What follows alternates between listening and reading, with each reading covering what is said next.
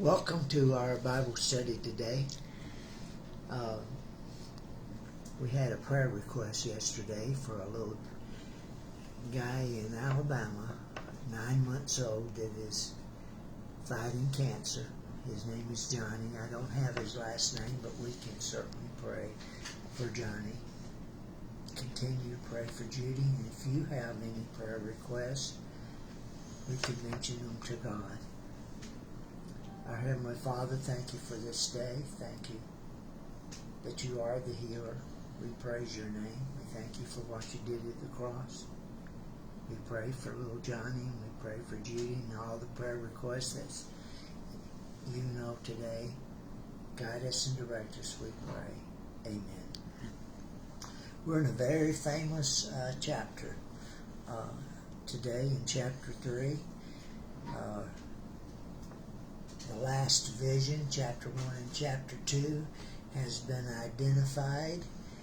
The head of the vision, the golden statue, was Babylon, and then was Persia, and then was Greece. And then we got down to the body, and it was the Roman Empire, which lasted 1,000 years, and then the revised Roman Empire, which is prophecy yet to come. But today, Daniel and his friends find themselves in a furnace, a very hot furnace. And it's been doubted whether or not Persia under Nebuchadnezzar actually used a hot and fiery furnace. But we now know, I believe it was in 2011, that one of these furnaces was excavated and discovered that furnaces were used for melting in Nebuchadnezzar's day, for melting military and civilian metals. And here, Daniel and his friends, because they refused to worship the golden image of Nebuchadnezzar, they were thrown in the midst of a burning furnace. It's interesting to note of Daniel's reputation in Babylon was such that when Alexander the Great visited and defeated the Persians in 539,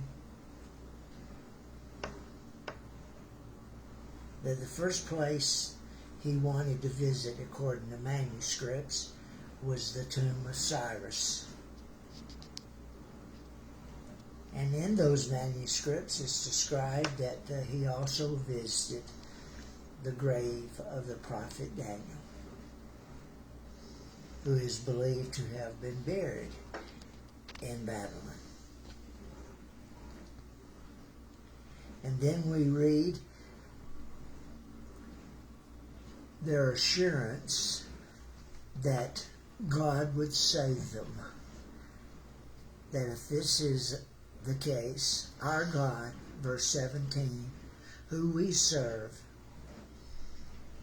God is able. Two characteristics of God is that he is able and that he delivers. Regardless of what burning furnace we find ourselves in. And he will deliver us from your hand, O King. And then one of my favorite sentences, but if not, let it be known to you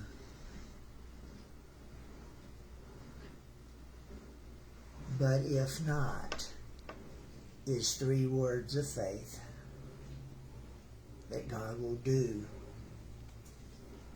what he plans to do. O king, that we do not serve your gods, nor will we worship the golden image which you have set up. Then Nebuchadnezzar was full of fury, and the expression on his face changed toward Shadrach, Meshach, and Abednego. Therefore he spoke and commanded that they heat the furnace 7 times more than was usually heated.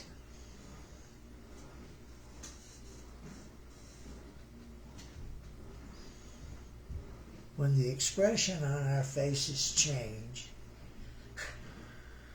we usually look for revenge. And this is exactly what the king has done. 7 times heat that furnace up. And the number 7 is very important because God is already on premise. And Nebuchadnezzar has just shown that he's there 7 times. And he commended certain mighty men of valor who were in his army to bind Shadrach, Meshach, and Abednego, and cast them into the fiery furnace. Then these men were bound in their coats, their trousers, their turbans, and their other garments, and were cast into the midst of the fiery furnace.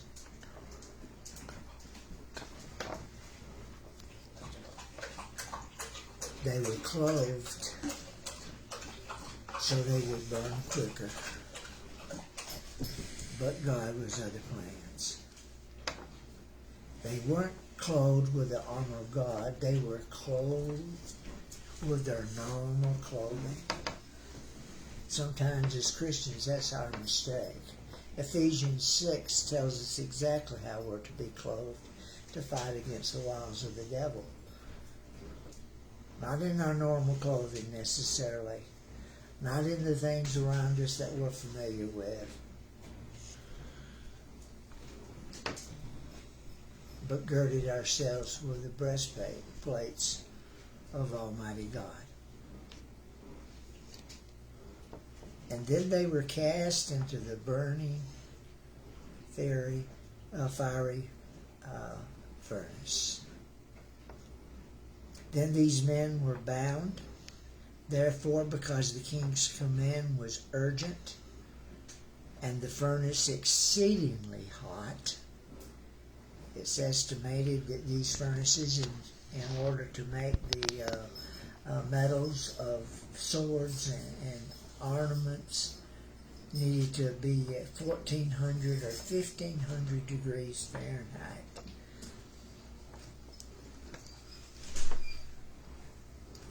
Therefore, the king's command was the flame of the fire was to kill those men.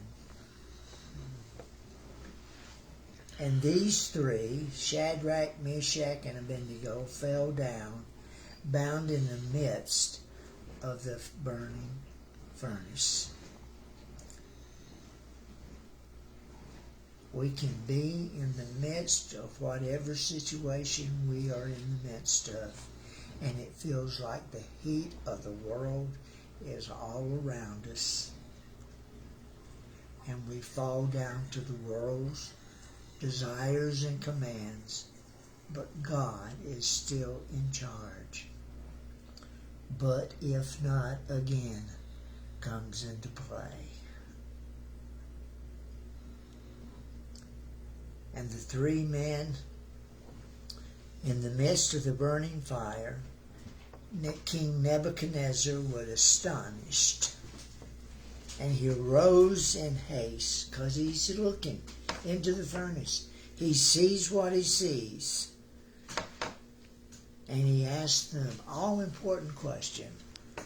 Did we not cast 3 men bound into the midst of the fire? And they answered yes.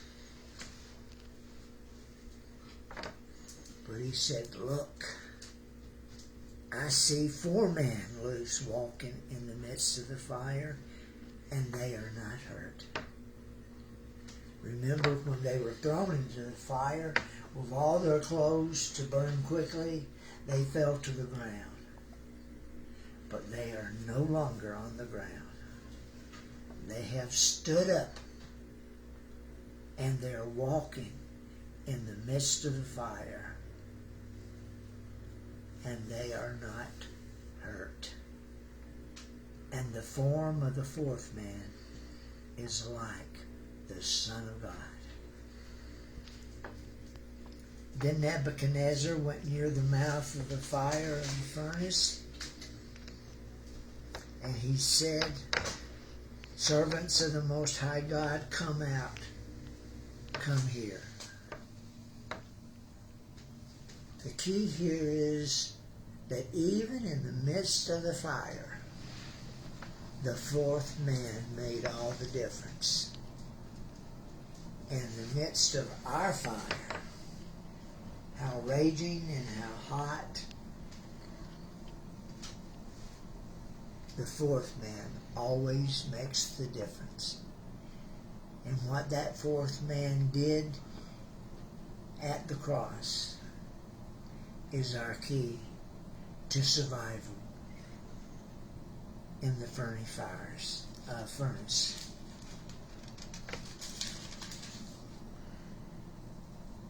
And the straps, the administrators, the governors, and the king's counselors gathered together, and they saw these men on whose the bodies of the fire have no power. The hair of their head was not singed, nor were their garments affected. When was the last time we could say that our hair has not been singed and our garments not affected because of the fourth man in the fire? And the smell of the fire was not on them. It is impossible to be in a fire, as my son-in-law probably knows, and not have the smell of the fire upon it. But it says here, because of the presence of the fourth man, the smell of the fire was not on them. And Nebuchadnezzar spoke, saying, "Blessed be the God of Shadrach, Meshach, and Abednego, who sent his angel and delivered his servants who trusted in him." Not only sent his angel, but he sent his son.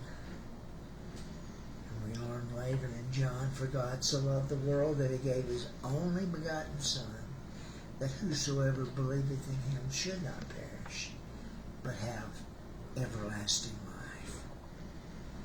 The three did not perish, and the smell of the fire was nowhere to be found. And his servants who trusted in him, and they have frustrated the king's word and yielded their bodies, and they should not serve or worship any god except their own God. That was Daniel's intent all along. And whether the king knew it or not, that God found a way to save them, to preserve them, and even found a way to begin the destruction of their enemies. "And therefore I make a decree," Nebuchadnezzar said, "anything amiss against the God of Daniel, and shall be cut in pieces, and their houses shall be made ash heap, because there is no God who can deliver like this." Anthony, do you have any comments? Understand that the furnace, to get it heated that amount, would have been dug down deep. It's not just the fire that Shadrach, Meshach, and Abednego had to survive. It's the fall. I mean, sometimes in our storms, we feel like we're falling. God still has us. I mean, the heat was enough to kill the guards that threw them in. Believe me, I've been in some pretty hot fires. But nothing would compare to something like that. Just trust in God. He's got us. On another note, we are coming up to our summer vacation, so we've got one more lesson for our God's Warriors, which we do on Thursday night, and one more lesson for our Saturday morning, and then we'll be back in September. So I love y'all, and we're going to close in prayer. Dear Heavenly Father, thank you. We love you. We need you. Thanks for being our fourth in our fires daily. Lord, we look to strive and walk in your footsteps, that we are human and we may stray. We ask for forgiveness and repentance of our sins. In Jesus' name we pray. Amen.